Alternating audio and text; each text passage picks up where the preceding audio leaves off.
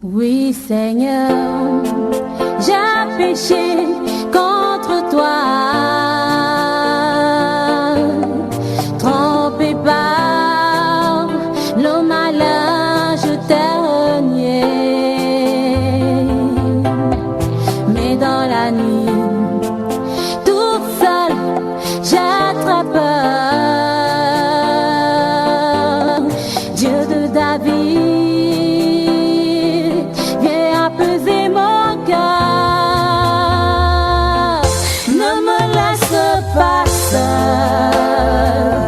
sans toi je ne suis rien. Père éternel, Dieu de grâce et de fidélité, nous bénissons, honorons ton nom. Nous glorifions ta grandeur et connaissons ta grâce. Toi à qui il a plu, Seigneur notre roi, de renouveler en nous ton souffle de vie. Et surtout, Père éternel, notre Dieu, nous accorder la grâce d'être, Seigneur notre Dieu, devant toi. En ce matin, Seigneur, dans le contrôle absolu de nos vies, ô Dieu, par rapport à ce moment du partage de ta parole, ô Seigneur. Et encore, selon ta grande bonté, nous donner un cœur et des oreilles de disciples. Qu'entendant ta parole, nous puissions, Seigneur notre Dieu, la recevoir dans nos cœurs, la garder précieusement et la mettre en pratique à la gloire de ton Seigneur. Remettons la toi, ô Dieu, par ton esprit, conduis-nous, que chacun d'entre nous soit édifié en ce matin, au nom de Jésus-Christ de Nazareth. Amen. Amen. Alléluia. Amen. Vous asseoir, bien-aimés. Je disais donc tantôt que c'est un privilège d'être vivant et surtout encore d'être présent devant le Seigneur. Lui dispose le temps qu'il nous a accordé. Donc ont l'habitude de dire qu'à moi je n'ai pas le temps pour aller à l'église. Mais ils ont le temps pour faire toutes choses, sauf celui de disposer ne serait-ce que quelques minutes à leur Créateur. Et pourtant c'est Dieu qui nous a donné le temps. Alléluia. Une journée avec 48 heures, l'être humain dirait toujours que je n'ai pas le temps. Par contre, le moment viendra où Dieu nous demandera les comptes. Qu'avons-nous fait du temps qu'il nous a donné? Nous avons eu à faire toutes sortes de choses, sans faire celle-là qui est plus importante que les autres. Celle de se disposer devant Dieu et d'écouter sa parole, qui est le guide de notre vie, le guide de notre existence. Nous aurons beaucoup à regretter en ce jour-là. Alléluia. Amen. Et c'est maintenant que nous devons faire ce qu'il y a lieu de faire et de le faire d'une bonne manière. De toutes nos activités et occupations que nous pouvons avoir, nous devons savoir gérer notre temps et savoir que dans ces 24 heures, disposer le temps à Dieu. Alléluia. Ce matin, donc, par la grâce du Seigneur, nous voulons introduire un autre thème qui vient comme un autre condiment dans la sauce. Alléluia. Amen. Lorsqu'on veut que sa sauce soit bonne, on sélectionne piment qu'on met au fur et à mesure. Alléluia. Amen. De même avec la parole de Dieu qui vient construire nos vies. Et à chaque moment donné, Dieu peut construire un autre aspect de nos vies afin de nous mettre dans une position adéquate par rapport à l'accomplissement de ses plans dans nos vies. Alléluia. Amen. Nous voulons ce matin parler de le thème Jésus-Christ, notre ville de refuge. Jésus-Christ, notre ville de refuge. Dans l'Ancien Testament, quand le peuple d'Israël était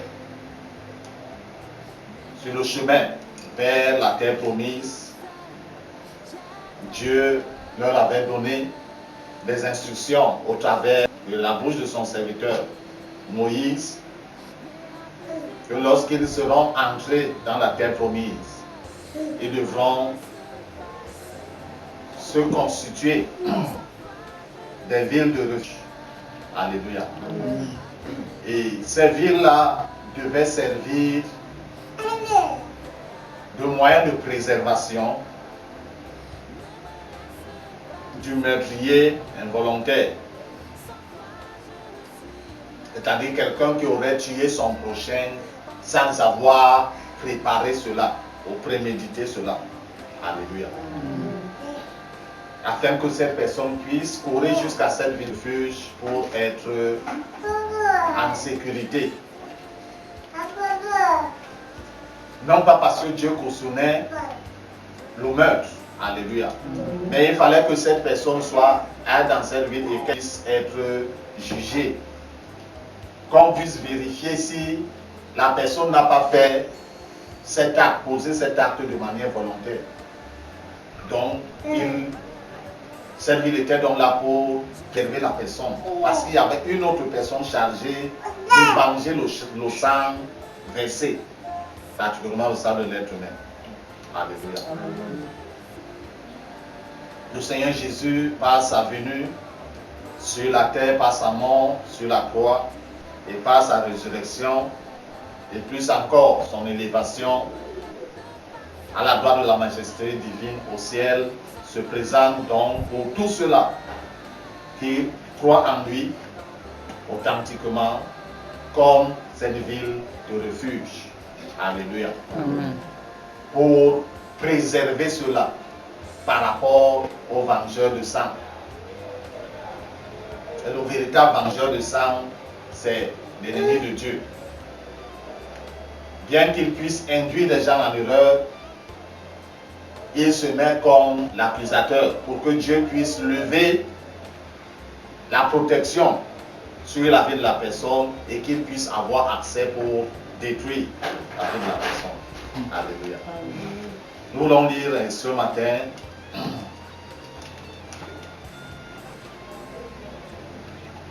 deux passages dans le livre des Nombres, au chapitre 35.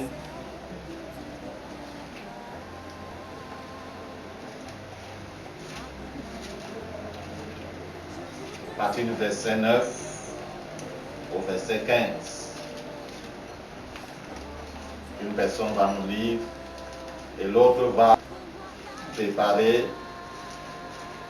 sa lecture du verset 22 au verset 28. Nombre chapitre 35, verset 9 à 15. C'est la première portion. Et la deuxième partie du verset 22 jusqu'au verset 28.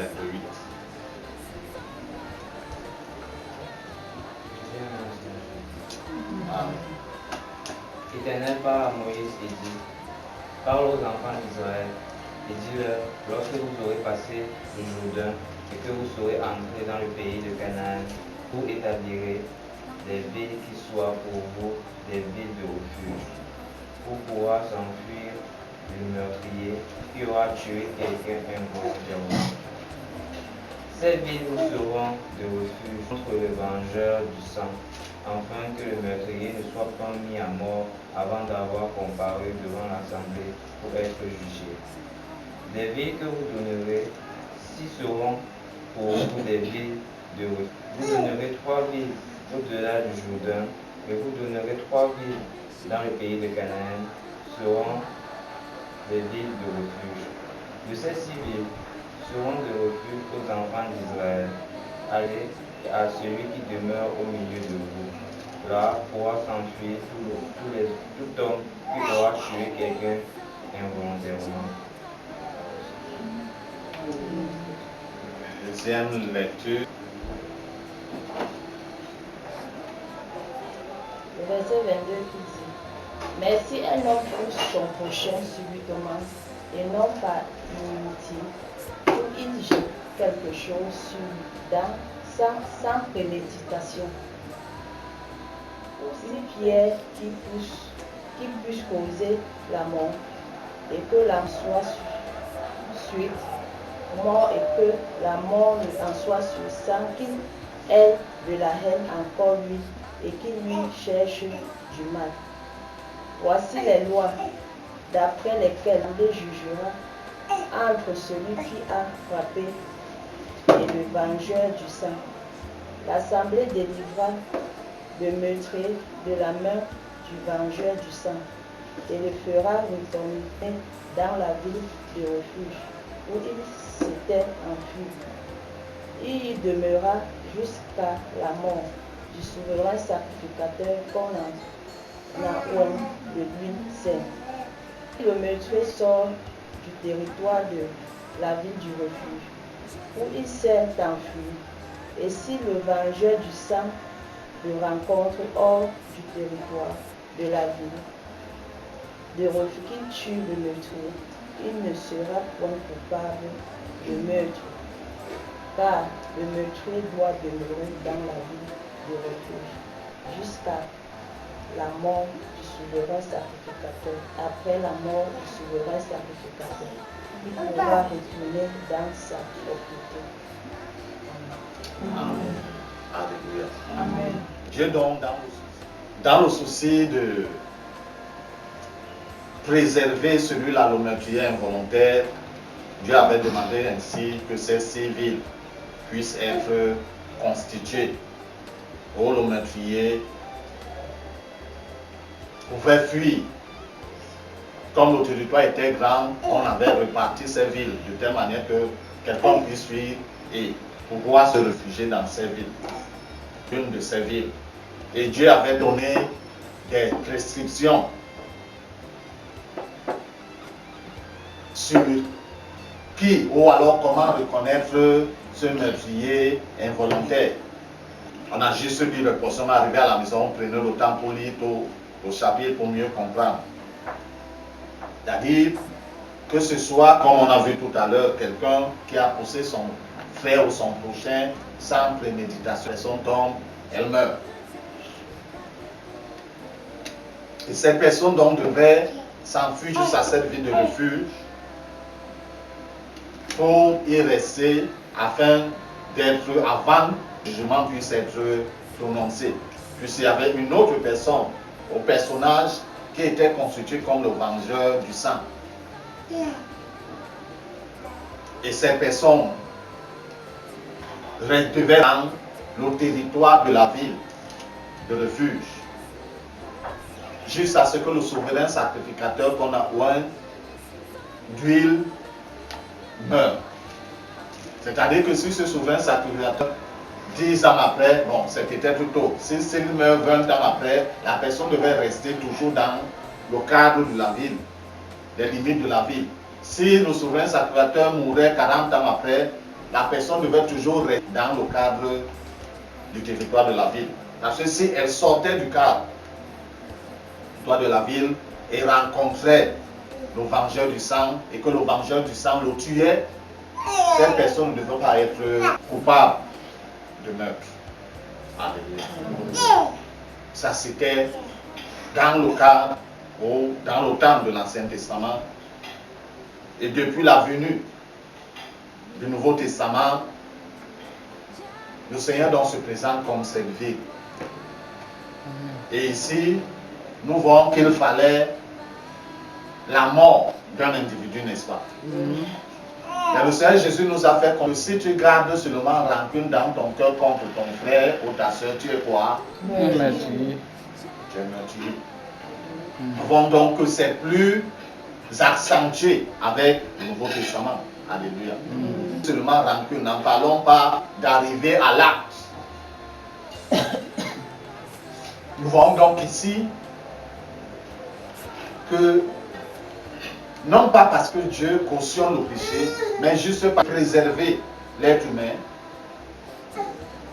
il nous donne une large latitude de pouvoir trouver devant lui miséricorde. Alléluia.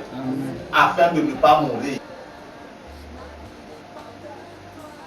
juste parce que tu as gardé rancune à quelqu'un, Dieu te considère comme un meurtrier. À combien plus forte raison si tu as tué quelqu'un? Et de nos jours, comme je disais tantôt, le véritable vengeur du sang, c'est Satan, le diable. Si tu as eu à tuer quelqu'un, il va aller devant Dieu pour réclamer vengeance. Même si la famille de la personne n'a pas vengeance, même si le ministère public ne te poursuit pas, peut-être tu as fait ta chose en cachette, personne n'a su, personne, aucun être humain n'était témoin. Lui, non pas parce qu'il est omniprésent, les démons avec lui vont lui rapporter tes faits. Alléluia. Il va prendre ton dossier pour amener devant Dieu afin de réclamer vengeance. Alléluia. Pour que tu subisses le châtiment à cause de tes fautes.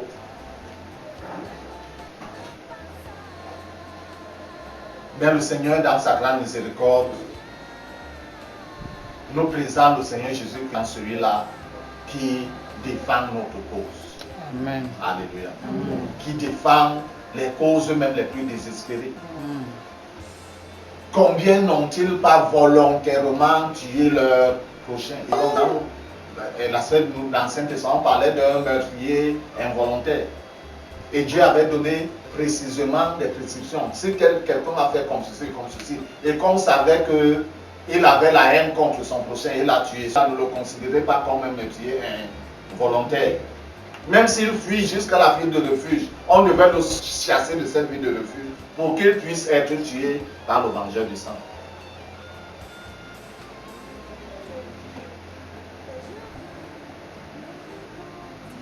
Dieu présente ainsi le Seigneur qui vient dans le but de préserver. Même s'il est arrivé que la personne a pris volontairement cette faute qui pourtant mérite la mort et qu'elle court vers Dieu. Parce que Dieu, c'est lui le juste juge. Alléluia. Amen. Les hommes même peuvent avoir décidé de te condamner. Et même peuvent te condamner sur la base de la justice humaine. Mais si tu te tournes vers Dieu, Dieu est capable de te justifier. Alléluia. Amen. Non pas parce que tu n'as rien fait, mais à cause de ce que le Seigneur Jésus-Christ a donné sa vie et a versé son sang pour le salut de l'humanité tout entière. Pour que les péchés de cette personne-là donnée puissent être pardonnés. Alléluia. Amen. Parce que la condamnation de la justice humaine, c'est une chose. Alléluia.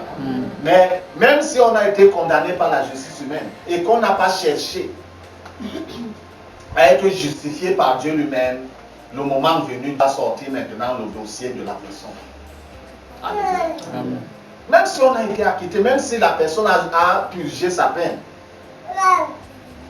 Amen. Amen. Même si tu as eu à purger ta peine, selon la justice, on t'a condamné peut-être 40 ans ou 50 ans, tu as purgé ta peine. Et que pendant que tu vis, à cause de ce même meurtre-là, tu n'es pas venu vers Dieu pour chercher l'acquittement de Dieu. Dieu, lui, va te condamner à cause de ce meurtre. Alléluia.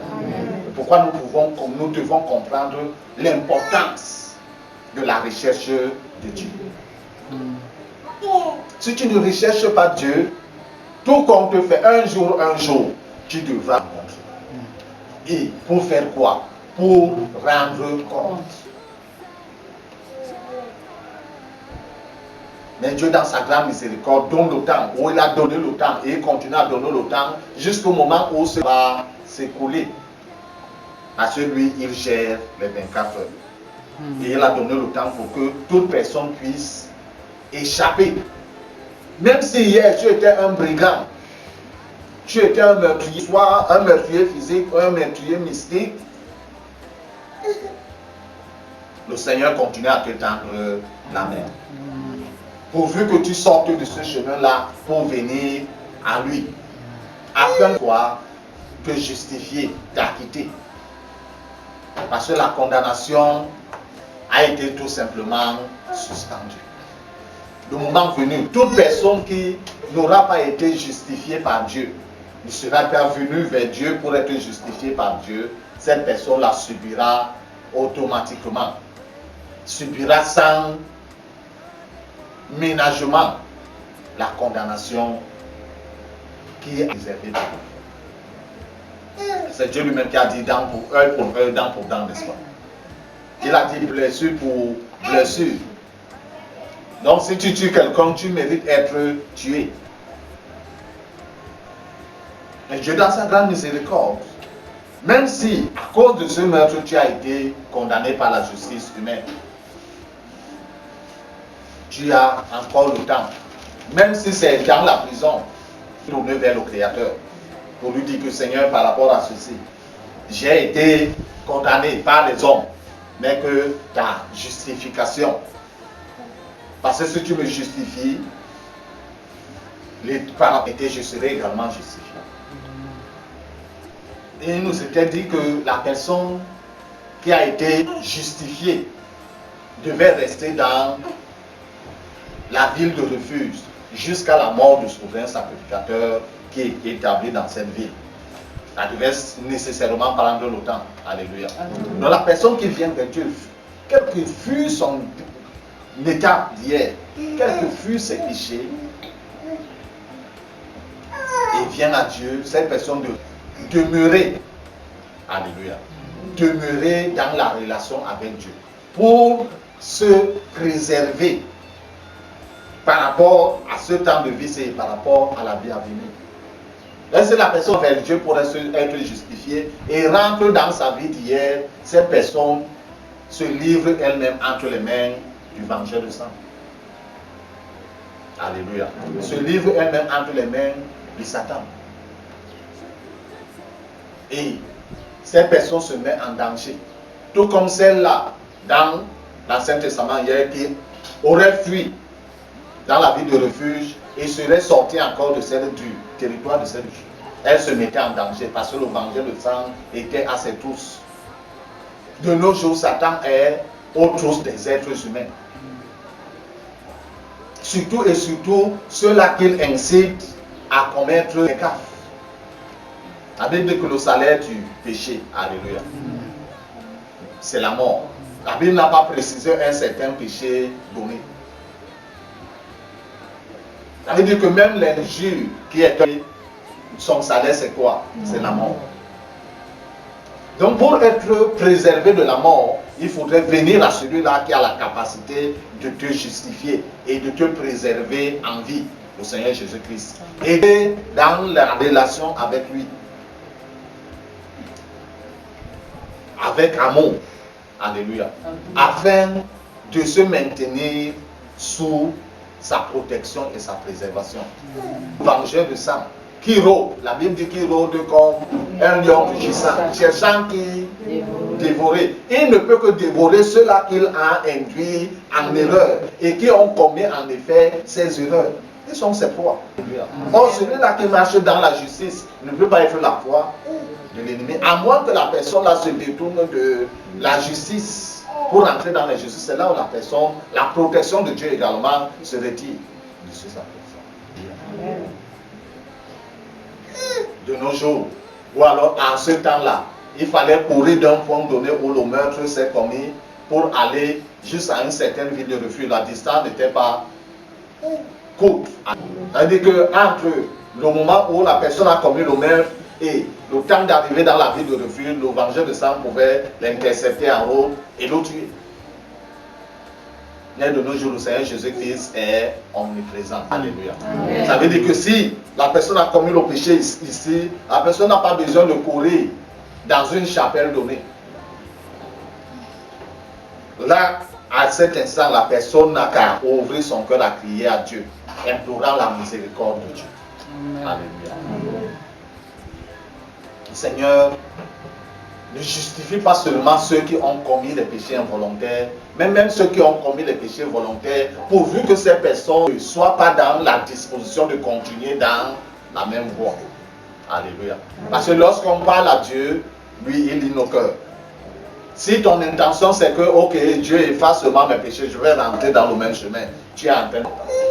Mais si tu cries à Dieu parce que tu ne veux plus rentrer dans le même chemin, alors Dieu t'entend, Dieu t'exauce. Alléluia. Et alors, il te soutient dans le nouveau chemin selon ton nouvel engagement. Que le Seigneur bénisse sa sainte main dans nos cœurs, surtout et surtout que nous puissions précieusement la garder et la mettre en place. Amen. Seigneur Tout-Puissant, Père de fidélité et de grâce, nous bénissons ton Saint-Nom. Nous élevons ta grandeur ce matin et reconnaissons ta bonté pour ta parole, ô Dieu de fidélité que tu nous adresses. Dieu de bonté et de grâce qu'elle accomplisse dans la vie de tout un chacun d'entre nous. Nous l'avons entendu, Seigneur notre Dieu, le but pour lequel tu nous l'as relâché, à la gloire de ta majesté, ô Dieu, au nom de Jésus-Christ. Je lève ma voix, Seigneur, pour cette personne à qui tu accorderas la grâce de croiser, Seigneur notre Dieu, notre roi, ce message vidéo. Donne à cette personne de s'y disposer. Et surtout au Père éternel, enseigne notre Dieu, disposant les minutes pour suivre ce message éternel. Visite, ô Dieu de gloire, sa vie de manière effective au nom de Jésus-Christ Nazareth. Dieu de bonté et de grâce, étends ta main d'intervention dans la vie de la personne. Ô éternel des amis, notre Dieu, juste dans les profondeurs, les plus, Seigneur notre Dieu, insoupçonné de sa vie. Car toi, tu connais chaque être humain de manière parfaite. Seigneur, là où l'adversaire, ô Dieu de gloire, c'est, Seigneur notre Dieu, notre gloire infiltré pour détruire la vie de la personne, sans même que la personne, Seigneur notre Dieu, s'en rende compte. Ô roi de gloire, intervient au nom de Jésus-Christ Nazareth. Déstabilise tout ce qu'il a mis sur pied, Seigneur. Oh, dans la vie de cette personne, au nom de Jésus-Christ Nazareth. Renverse tout ce qu'il a, au Père éternel, érigé comme moyen de destruction contre la vie de cette personne, au Père, au nom de Jésus-Christ Nazareth. Père éternel, arrête tous ces chantiers de destruction dans cette vie éternelle, afin d'entamer l'œuvre de notre Dieu de la reconstruction, Seigneur, l'œuvre de la réparation éternelle, l'œuvre, Seigneur, notre Dieu et notre roi, oh Papa, de création, même si le besoin se fait. Tu connais chaque aspect de la vie, Seigneur, de cette personne qui se disposera à ce message. Visite-la, ô Père éternel. Que ce soit une personne avancée en âge, que ce soit un adulte, ô Dieu, que ce soit, ô Père éternel, un jeune, un adolescent, que ce soit, ô Père éternel, notre Dieu, un enfant, que ce soit même un tout petit, ô Père, dans les mains de sa maman, qui suivra ce message éternel.